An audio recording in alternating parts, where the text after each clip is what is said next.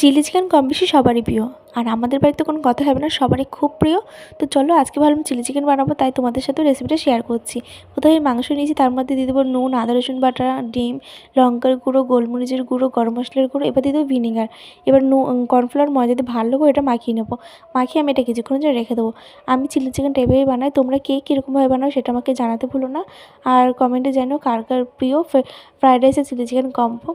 তারপর দেখো আমি এখানে পকোড়াগুলো ভেজে নিচ্ছি, বা আমার না যেহেতু চিকেনটা অনেকটা, তাই আমার সময়ও লেগেছে অনেক। তোমরা একটু সময় নিয়ে ভেজে নিও।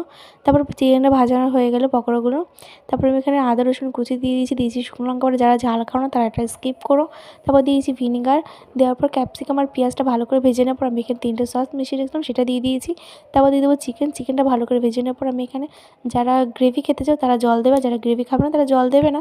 তারপরে ফুটে আসলে কর্নফ্লাওয়ার জল দিয়ে গুলিয়ে রেখেছিলাম সেটা দিয়ে দিয়েছি। এবার ফ্রাইড রাইসের সাথে এটা খেয়ে নাও, বিশেষ করে দারুণ হয়েছিল। দেখা হচ্ছে নেক্সট ভিডিও।